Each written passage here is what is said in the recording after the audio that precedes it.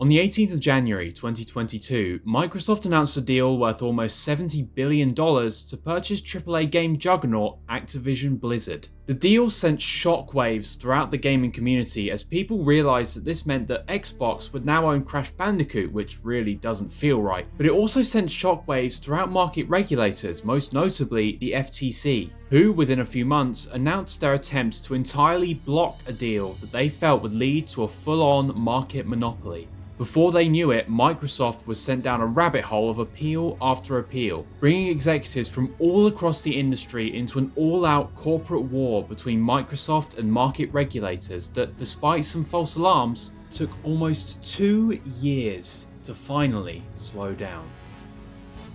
It's easy to see why you'd want to buy Activision Blizzard. They own an amount of IP that rivals that of Nintendo, some of which not only make billions of dollars a year, but are some of the most valuable IP in human history. But the amount of effort and legal battles that was put into securing the Activision Blizzard deal takes on an entirely new meaning when you analyse the company that managed to close said deal. Microsoft, or specifically in this case, Xbox. Xbox has been throwing large swaths of money at every corner of the industry for the past few years now, and this purchase of Activision Blizzard is just the most recent and by far the biggest manifestation of Xbox's attempts to fight their way to icon status. But despite popular sentiment online, these attempts are not a practice fueled by corporate greed, nor are they a valiant donation to increase the quality and funding of other studios' games, but rather, it's all an attempt to fix an exclusive problem that Xbox started its life off with. Before we begin, a brief thank you to my patrons on Patreon for making these videos possible. These kind of videos take a very long time to make, so all support is greatly appreciated. And more info on how you can join at the end, but for now, let me bring you back to a time before Halo and Master Chief to show that, as Xbox should have learnt time and time again, simply fighting your way to icon status is easier said than done. And so, for the first time, let me now unveil Xbox. The original Xbox was announced at CES 2001 with a release scheduled for later that year, and right from the get-go they had a massive mountain to climb. Or more accurately, two. Their competitors, Sony's PlayStation and Nintendo's Nintendos, had already been in operation for many years and had become well-oiled machines pumping out exclusive title after exclusive title, many of which became long-running and beloved series of games that millions of people would buy an expensive box for just because that box came exclusively with that game. But unlike the industry of just a decade prior where the major market players weren't as set in stone and thus liable for quick collapse, Nintendo and PlayStation were titanic, stable entities with millions of diehard fans that were either built rapidly off the fatal failures of the previous gaming giant or gradually refined over decades of quality products and establishing of trust, and Xbox, being the new kid on the block, had none of that, and they found themselves in a position where they had to replicate the market control of Nintendo and PlayStation as fast as they could without the decades of time or fatal failures to capitalize on. And the quickest way to do that is with exclusive reasons to buy the Xbox over the competition.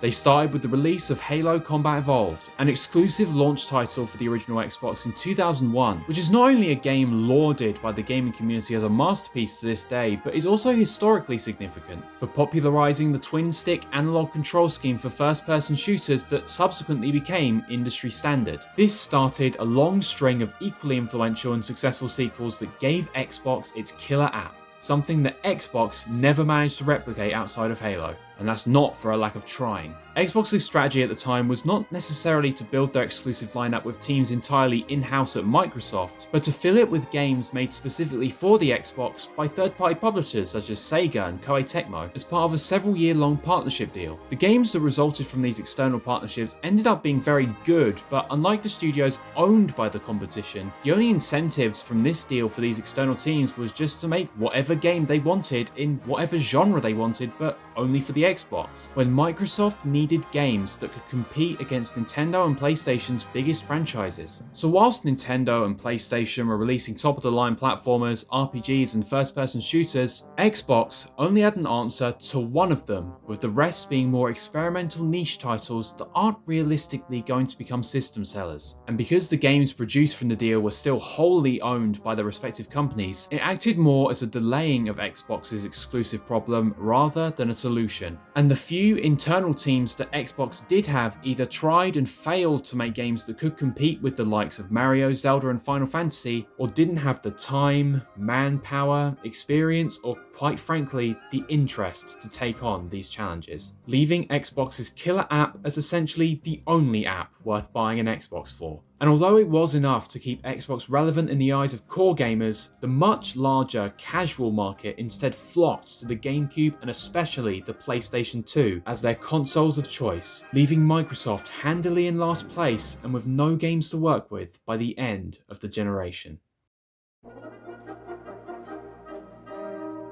Now, to all the Final Fantasy fans watching that just began typing a really pedantic comment about how I implied Final Fantasy is a PlayStation franchise when it is in fact owned by Square Enix, hold that thought for just a second, because although you are correct, it is also true that no mainline Final Fantasy game released on either the GameCube or the original Xbox, unless you count Crystal Chronicles as mainline, which I don't know why you would. The same is true for the Devil May Cry series, the Tekken games of that era, the Kingdom Hearts games, Dragon Quest, Guitar Hero, and Metal Gear Solid 3 Snake Eater. None of these are owned by PlayStation either, so why restrict your game to just one audience? Because porting a game to a console takes time and money, and why bother spending all of that on porting to the GameCube or Xbox when the vast majority of gamers were gaming on the PlayStation 2? This is the second part to console exclusivity that people don't talk about, or rather, when your console becomes so popular that developers don't need to worry about porting to other consoles to reach a wide enough audience anymore, and thus will release their games on only your console, effectively making them exclusives in and of themselves, at least temporarily, and allowing you to circumvent your exclusive problem entirely.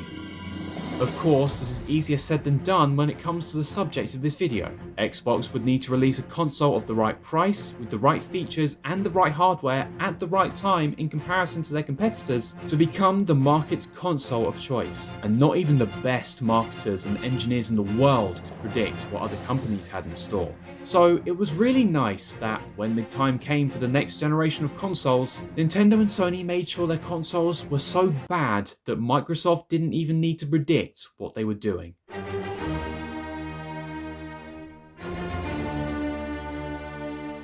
Codenamed the Revolution, the Nintendo Wii is unanimously known for being controlled not with a traditional dual analog controller, but by a white stick, with at the time brand new motion control technology that brought with it countless opportunities for never before seen gameplay mechanics whilst also being extremely easy to use. And Nintendo knew this prospect of whipping a stick around and feeling like you're actually playing tennis would appeal to a gigantic casual audience, and appeal to them it did. The hope was that by coalescing this mass of grandmas and family goers to the Wii, Nintendo could convert them all into more hardcore gamers that would buy the next Mario, Zelda, and Metroid releases. But, as we have all learned from the advent of mobile gaming, casual gamers are fickle, are only likely to play games for an average of 5 minutes between other activities, and are incredibly unlikely to sit down and play the newest Zelda game on a console that otherwise contains outdated internal hardware and antiquated online features. This left Nintendo in a bubble,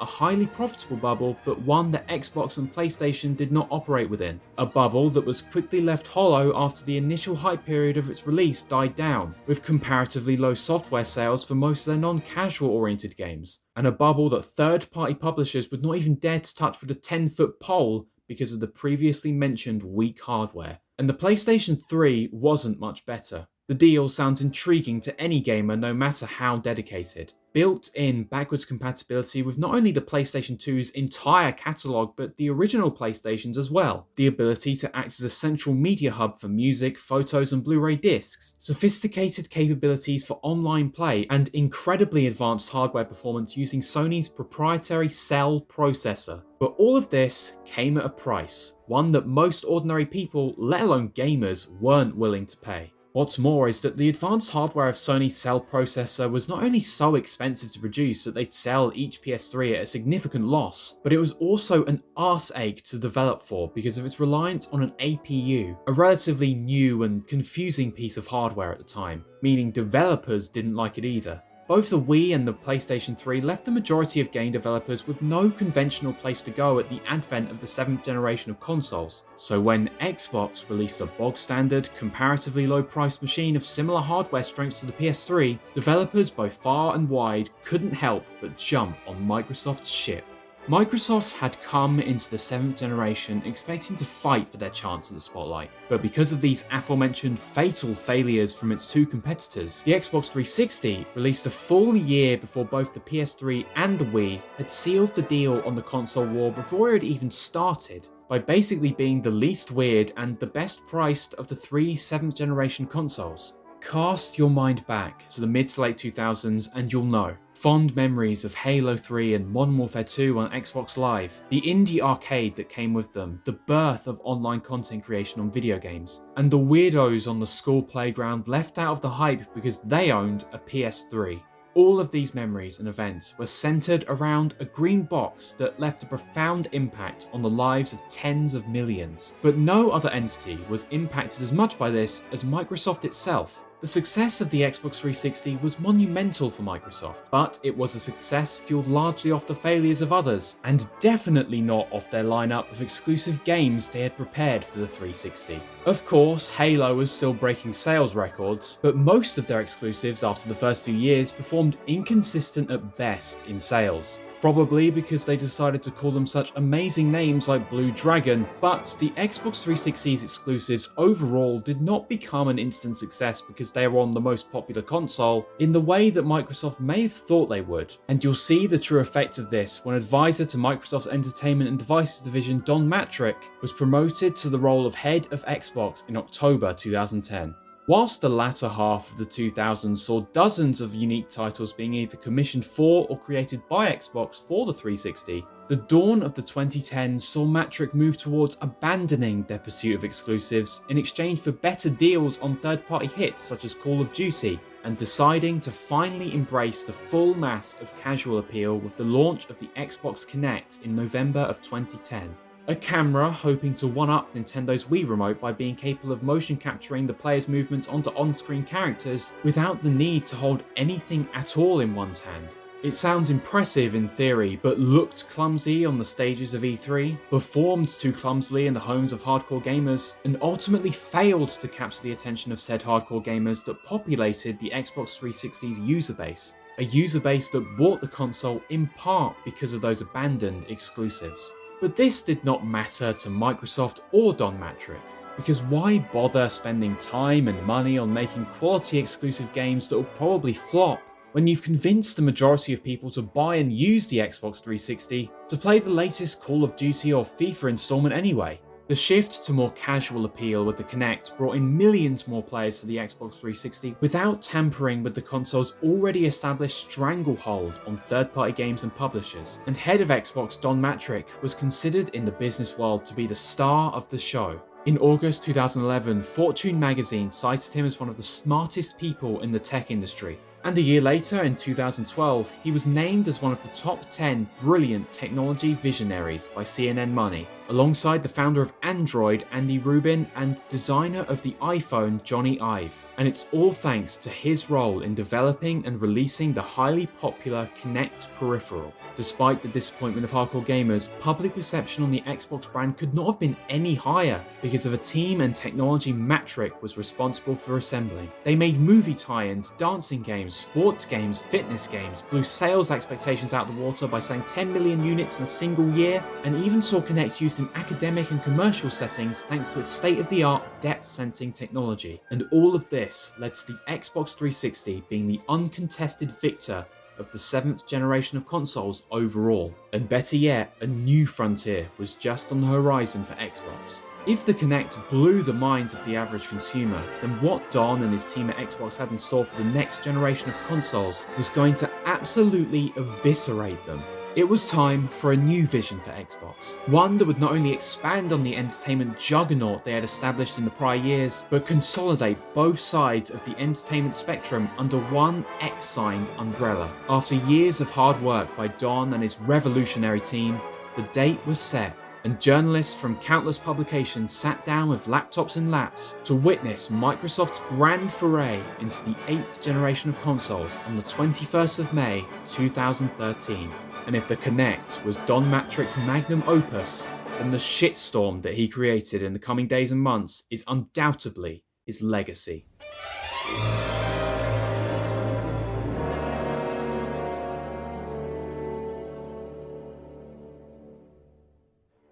The reveal of the Xbox One was one of the biggest PR disasters in gaming history. Trying to adapt to an oncoming shift in entertainment consumption far too early, fans and journalists alike were left completely dumbfounded when head of Xbox Don Matrick came out on stage and professed the Xbox One's capabilities as an all-in-one television and entertainment device, rather than its abilities to deliver next-generation games and graphics. And the hardcore gaming community was immediately left skeptical of the Xbox One's chances of satisfying their want for high-quality gaming experiences going forward, and the worst of it had yet to come. In the next few months, Xbox announced the revised Kinect would not only come with the console but be required to play it, something the hardcore community didn't like. The console's launch price was announced to be set at $499, something both the hardcore and casual player base did not like. And then they announced a DRM policy for the Xbox One that banned used games from being used outside the original owner's console and required the Xbox One to always be connected to the internet, something that everyone absolutely hated. Xbox quickly backed away from all except the price tag in an effort to not burn every single bridge they'd built since the 360 era. But as they looked to rebuild those bridges, Xbox soon realised something even worse. That, in the aftermath of all this, that the bridges were hastily being rebuilt not by themselves, but by PlayStation. Although the Xbox 360 did win the 7th generation of consoles overall, Sony had been working around the clock to build back trust among developers and fix their botched launch of the PlayStation 3. And their work had meant they actually surpassed the 360 in sales figures by the time the PlayStation 4 was just around the corner. And with Xbox seemingly knocking into walls at every turn, Sony took that as an opportunity to burn them even harder at any chance they could. When Microsoft announced the Xbox One's launch price at $499 at E3 2013, Sony one-upped them by assuredly showing the public a price tag $100 cheaper to resounding applause. I'm very proud to announce that PlayStation 4 will be available at $399.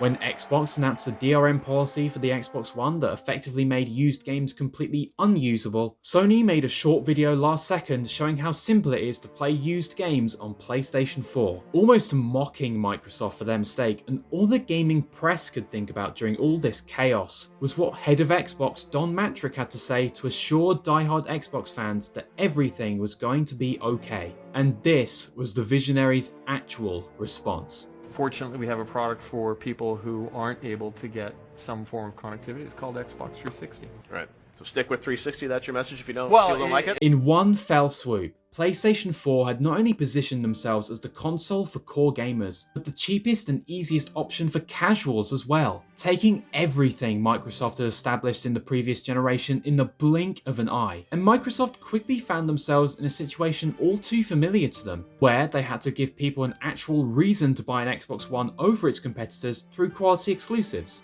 But, as we've already addressed, Xbox abandoned their pursuit of quality exclusives in the latter half of the 360 era, meaning that at the time when they needed them the most, the state of Xbox exclusive games at any given time was about as good as whatever the most recent Halo game was, and those conveniently stopped being good at around the same time. So whilst Sony was building strong relationships with first and third party developers alike, Xbox had nothing going for them. If I asked you to name games that you'd categorize strictly as Nintendo games or PlayStation games, you'd be able to name a plethora of titles and franchises that are inextricably tied to the identity of those platforms, and in turn give them a baseline of value. But try to do the same for Xbox games, and you may be able to name a few, but you'd always come vastly short when comparing to the titans that are Nintendo or Sony. This is the root cause of all of Xbox's problems in the modern era. The decision to abandon establishing a legacy of exclusive games whilst both of their competitors were still on the treadmill, in the hope that their system could leave a mark on gamers not for its unique products, but by being the best place to use other people's products.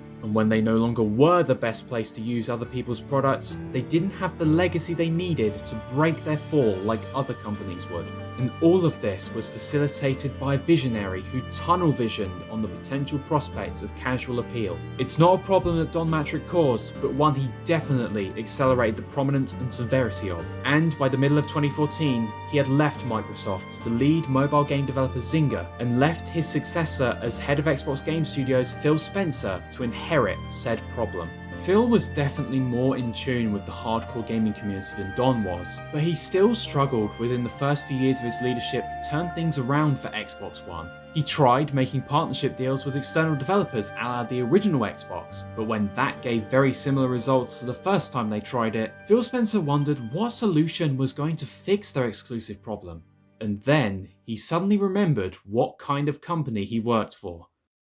In 2014, they suddenly purchased Swedish indie game studio Mojang, creators of Minecraft. As well as making it clear at conferences and press events going forward that Xbox's focus would shift hard towards producing the highest quality games rather than all-in-one entertainment. He tried again at the whole partnership thing, but when that resulted in nothing but a cancelled Platinum game, he decided to double down on the acquisition train in 2018 when he announced a series of acquisitions at E3 of Compulsion Games, InXL Entertainment, Undead Labs, Playground Games, Ninja Theory, and Obsidian Entertainment. Because Microsoft may not have had a lot of exclusive games, but what they did have a lot of was money. Far more than Nintendo and Sony combined, and because of that unique advantage, they realised they could just buy popular game studios and their intellectual properties outright to fix their exclusive problem, instead of giving them exclusivity deals and hoping they stayed. They followed through the next year with the acquisition of Double Fine Productions in 2019, and then shocked the gaming community by spending $7.5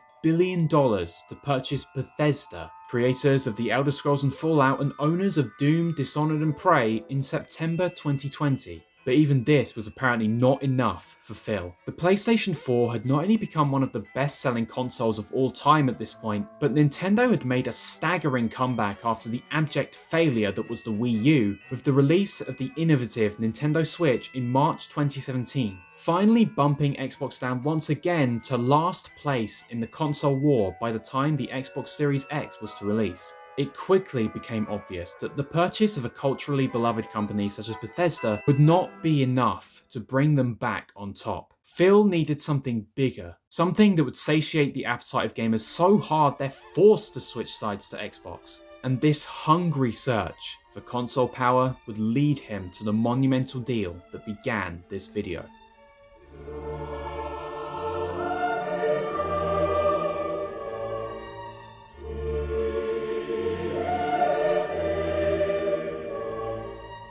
The $70 billion Activision Blizzard deal is the manifestation of 20 years of failures at Xbox. A patchwork attempt to fix their exclusive problem by just throwing as much money at it as possible and hoping that'll be enough. But just as much as this is a patchwork solution to their problems, as soon as the FTC got involved, it soon became apparent with very recent events just how much damage it would cause to Xbox internally. When making your case to governments of the world, a lot of sensitive information is passed around. Sensitive information that is very easily leaked in a case as big as this, which is exactly what happened to Xbox in September 2023. Extremely detailed plans for the Xbox business leading up to 2030, including timelines and images of upcoming hardware, lists of exclusive games coming to their systems, a lot of which were unannounced at the time of the leak, and business emails going back and forth between Phil Spencer and the CEO of Microsoft as a whole on the future of the Xbox brand. And although we can sit back and gawk at the chaos and damage that this has caused to Microsoft, what's more interesting to me, and is also more valuable to the gaming industry as a whole, is what this detailed look into Xbox's current mindset might possibly mean for the gaming industry as a whole. Through the leaked Phil Spencer emails, we have seen interest from Microsoft in buying out studios such as Warner Bros. Games, and most notably, Valve and Nintendo of all companies. If any one of these deals were to go through, they would have an effect on the games industry drastically higher than any of Xbox's acquisitions thus far. However, Xbox is unlikely to even get close to making any of these deals a reality, as even in the slight chance that these companies accepted a deal from Microsoft, if the FTC put this much of a fuss over market monopolies because of the attempt to buy a company like Activision Blizzard, then I can't imagine how they would get if Microsoft announced a deal on Valve or Nintendo, two companies that either actually have monopolies on a certain large sector of the industry or are Microsoft's literal competitors in the same sector. It's not entirely certain, but I believe this has left Xbox with a limit to how big their acquisitions can be going forward, meaning Microsoft are either going to have to look around for publishers of similar size to Activision Blizzard, be content with only bringing in smaller developers like Ninja Theory or Obsidian from now on, or stop with the acquisitions entirely. And although that may sound like the end to Microsoft's current growth strategy, I would argue that it's only the end to part of it. This is something that Phil Spencer has alluded to in the past, and it's also something I've failed to mention up until now, and that is the existence of Xbox Game Pass.